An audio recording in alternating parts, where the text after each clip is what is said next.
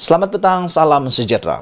Saudara-saudara sekalian, hampir semua bahagian UMNO sokong Ismail Sabri Yaakob sebagai Perdana Menteri. Begitu gairahnya mereka meyakini bahawa Ismail Sabri Yaakob akan bakal menjadi Perdana Menteri lagi. Ada beberapa isu yang aku nak bincang, yang aku nak ulas tentang siapa bakal Perdana Menteri ini. Meskipun kemarin Zahid Hamidi sudah mengaku bahawa beliau tidak mahu jadi Perdana Menteri. Ingat sekali lagi, kemarin Zahid Hamidi mengaku dia tidak mahu jadi Perdana Menteri. Dan bermula daripada hari ini, hampir semua UMNO bahagian menyokong Ismail Sabri Yaakob sebagai Perdana Menteri. Walaupun ini telah diakui sendiri oleh Zahid Hamidi bahawa beliau tidak mahu jadi Perdana Menteri, semua boleh berlaku dalam politik. Hari ini cakap lain, besok cakap lain, lusa cakap lain, minggu depan cakap lain pula. Seperti yang pernah terjadi. Mahathir sendiri pernah kata, manifesto itu bukan kitab suci. Ini kan pula kata-kata yang hanya tak nak mau jadi Perdana Menteri. Bolehkah itu dipercaya 100%? Belum pasti, saudara-saudara sekalian. Sampai waktunya nanti, kalau tiba-tibalah Ismail Sabri Yaakob ini kalah dalam PRU, Zahid tak nak jadi Perdana Menteri. Itu persoalannya. Dan aku fikir tiada jaminan Ismail Sabri Yaakob akan menang dalam PRU 15 kali ini. Meskipun dia adalah mantan Perdana Menteri, tiada jaminan Ismail Sabri Yaakob akan menang 100%.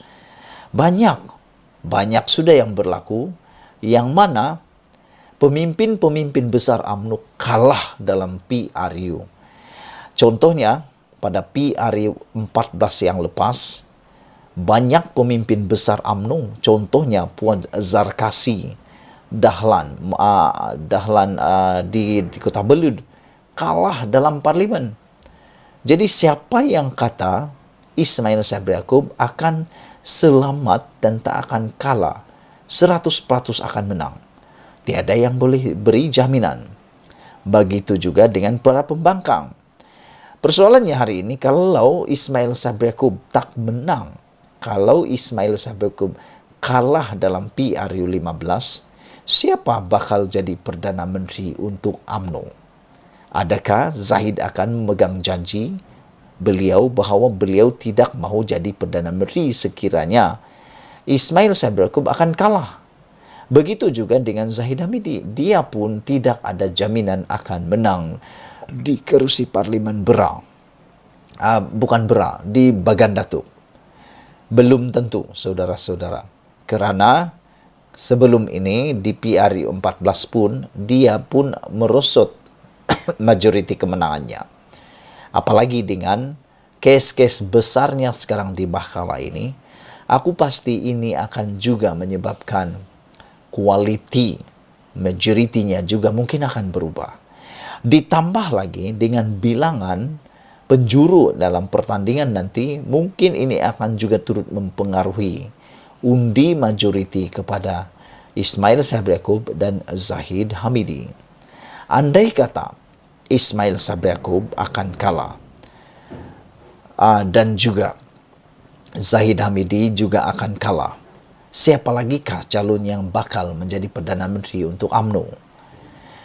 Kerana di Rembau pun telah dinyatakan pada petang tadi bahawa GTA mencadangkan Hamid Badur, bekas Ketua Polis Negara, bertanding di Parlimen Rembau. Kalau ini berlaku, pasti akan membuatkan Tokmat terketar-ketar nak melawan. Kenapa?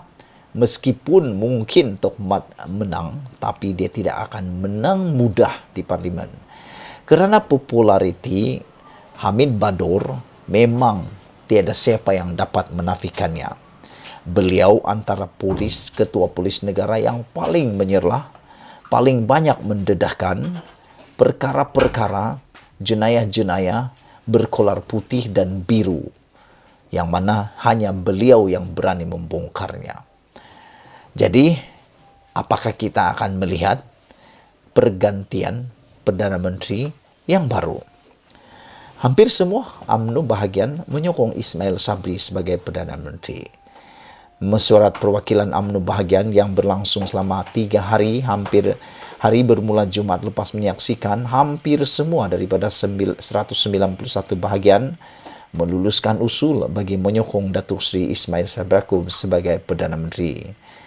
Iltizam yang dizahirkan akar umbi pada mesyuarat bahagian itu adalah inisiatif bahagian masing-masing dan tiada sebarang arahan untuk mereka berbuat demikian seperti ditegaskan Naib Presiden UMNO Datuk Seri Mazhir Khalid semalam. Dengan itu, makna kata memang sahlah.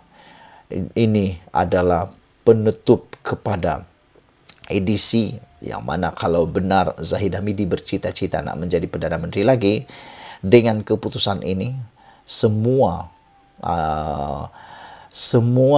ruang untuk Zahid Hamidi mendapatkan peluang mendapat jawatan sebagai Perdana Menteri memang tertutup rapat.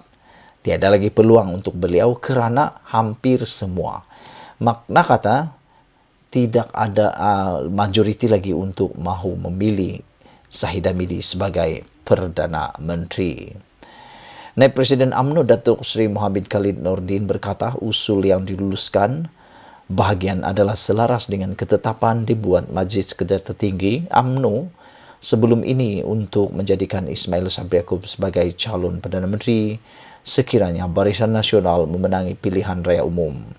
Seperti kata Presiden UMNO Datuk Seri Ahmad Zahid Hamidi, ia sesuatu yang telah ditetapkan, katanya ringkas. Malah Ahmad Zahid semalam dilaporkan berkata, Ismail Sabri kekal sebagai poster BN dan calon Perdana Menteri pada PRU 15. Selain menegaskan pendirian berhubung perkara itu tidak berubah sekiranya BN berjaya mentadbir Putrajaya.